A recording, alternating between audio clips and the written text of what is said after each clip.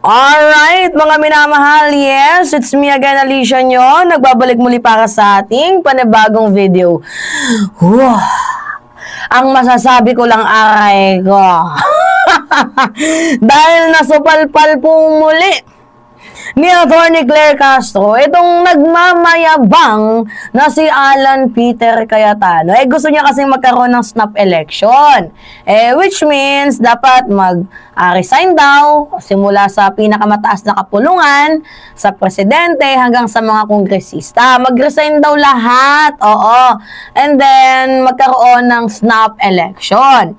Ngayon, kung hindi ba naman bubu, itong si Senator Cayetano, di ba dapat simulan mo? Hindi mga minamahala, dapat maging role model ka. Model? Dapat maging role model ka.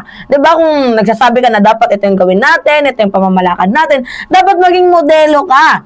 Ngayon, nagsalita ka lang. Hindi ka din naman nag-resign. Anong tawag sa'yo? Ha! Haray ko! So ngayon, ito nga po mga minamahal. Castro, hinamon si Cayetano na maunang mag-resign kaugnay sa hirit na snap election. So, hinamon ni Palace Press Officer Atty. Claire Castro si Senator Alan Peter Cayetano na pangunahan nito ang pagre-resign sa pwesto kaugnay sa panawagan nitong snap election.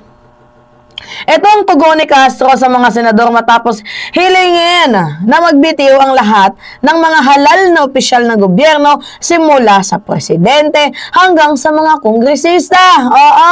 At magkaroon ng snap election upang manumbalik umano ang tiwala ng publiko sa mga opisyal na pamahalaan. And sa tingin mo, pag magkaroon ng snap election, mananalo ka? Sa tingin mo, pag magkaroon ng snap election, iboboto ka? Sa tingin mo, pag magkaroon ng snap election, makakapasok ka?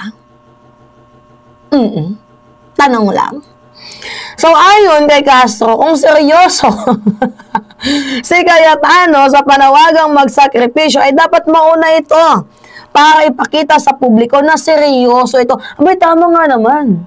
Mauna ka, ikaw nag-deal niyan Ikaw nagsabi niyan Diba, ikaw yung mauna, total, ikaw yung nag-insist niyan. Ikaw yung madaming hanas diyan, ikaw yung madaming sinasabi diyan. Ikaw ang mauna. Bakit parang tila baga ang gusto mo lang mangyari, mauna na mag-resign si PBBM, matanggal lang si PBBM, tapos at the end, pag nag-resign na, hindi ka nagagaya.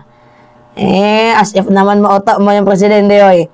Sabi pa dito, do you start? Do it now. Mauna ka para maging model ka. Talagang sakripisyo ka. Sinabi ni Castro na si Cayetano ang nanawagan para mag-resign ng mga halal na opisyal sa gobyerno, kaya dapat pangunahan niya ito. Which is totoo nga naman. Dapat pangunahan mo ito, Senator Alan Peter Cayetano. Cayetano. So, ipinaalala din naungkat mga minamahal itong hanas niya, Atty. Claire, no? Sinabi ni Castro na si Cayetano ang nanawagan para mag-resign ang mga halal na opisyal sa gobyerno, kaya dapat pangunahan niya ito. Ipinaalala ni Castro na may pangako si Cayetano sa taong bayan, subalit hanggang ngayon hindi niya pa din natutupad. Tulad na lamang ng 10,000 na ayuda bawat pamilya na hindi nawawala sa isip ng mga botante. So, huwag niya niyang bulahin ng publiko. Oo. Huwag mo nga kami binabola Cayetano. Hindi kami mapinanganak kahapon. Baka mamaya mainis kami, tuktukan ka namin dyan.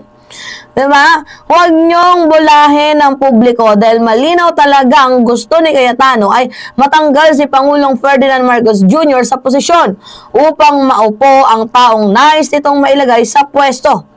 Huwag mo kaming bulahin. Gusto mo matanggal si President Bongbong Marcos sa posisyon at alam namin kung ano yung motibo behind this, sabi ni Atty. Claire Castro. Alright. Grabe yung linya ni Atty. Claire, no? Diretsahang bana. Sana all binabanatan. Kasi kung totoo naman talaga, to be honest, mga minamahal, itong si Cayetano, dapat pampalubag-loob. Siya yung mag-uuna dyan. Yung mangunguna. Bisaya tuloy si Mima. Siya yung mangunguna dyan. Di ba ba't di niya pangunahan? Total, siya yung nag-insist niyan Hindi kasi mga minamahal, nakakatawang isipin, yung ang dami mong putak, pero hindi mo din naman ginagawa. O, yun tuloy. Nabulgar na naman, naiugnay na naman, halongkat na naman. Yung nakalimutan na sana yun eh. Yung 10,000 ayuda bawat mamamayang Pilipino, kaya nga tawag sa'yo, Boy 10K, tapos kaldero eh. Kasi ang dami mong hanas eh. Diba? Ang mga tao pinaasa mo na before. Diba? Kaya ano pa bang aasahan nila sa'yo? Wala na, kasi puro ka lang daldal. Yung 10,000 pangako mo, natupad ba yan hanggang ngayon? Diba wala? Puro lang kuda. So, wag mong bulahin ng publiko na gusto mo lang, yung gusto lang kasi ni Cayetano na matanggal itong si President Bongbong Marcos. Kasi kung, tawag dito, kung snap election lang din ang gustong mangyari ni Alan Peter Cayetano, ba't siya lang yung nag-i-insist? Diba dapat madami kayo? Ikaw lang naman yung may gusto eh. Diba? Senador ka ba? Tanong lang. Diba? Mga minamahal. Sabi ng ating kaibigan, boom! Diretsahang pagsupalpal. Kasi kung titingnan mo, hindi naman kailangan ng snap election. Kung ang layunin ng reform ay accountability. Oy, tama. Mga minamahal. May mga proseso naman sa batas. Pero bakit agad eleksyon? Sino ba ang beneficiary? Pag ganyan, ay totoo. Walang iba kundi sila. Kung totoong siyang ay may malasakit sa taong bayan, di dapat nasa harapan siya ng sakripisyo. Pero kung ang layunin ay politika at kapangyarihan, di klaro na, diba? Mga minamahal. Ay, wait lang, boss nala. Hindi nga na kinuli. Okay na. Wait lang. Sige. Nag-chat sa atin yung kaibigan natin. Diba? Alright. So, ngayon mga minamahal, binibigyan ko ng malaking saludo. Oo, talagang lumon. Binanaton itong si Cayetano. Tatahol na naman yan mamaya. Baka mamaya, i-content ka na yan. Oo, Attorney Claire, maganda ka. Naku po, kakaibig pa naman itong si Cayetano. Diba? Kung totoong boses ka talaga ng mamamayang Pilipino, diba, dapat matapang ka. Oo, direkta, may laman yung pinupunto mo. Hindi yun lang puro parinig, puro salita, puro ngaw-ngaw, puro retrika, puro ambisyon. Diba? Dapat ikaw mismo yung nagpapatunay ng good governance. Kasi hindi naman yan sa resign na resign malalaman eh. Or sa paulit-ulit natin binoboto, nasa tao din yan. Nasa public servant din yan. O ikaw nga, kung totoo kang public servant, dapat sana pinangako mo na natupad noon. O ginawa mo ba? Diba hindi? Diba wala? Diba tapos ngayon mag-i-insist ka ng kung ano-ano? Hindi ka ba namang bubo ba? Nakakapikon yun, no? Mga minamahal, ang isang lesson lang dito, madaling magsalita ng sakripisyo. Pero mahirap naman itong gawin. And kung talagang totoong seryoso itong si Cayetano, 'di ba, na magpabago ng bansa, edi mauna siyang magsakripisyo. Huwag niyang utusan yung iba, mauna siya.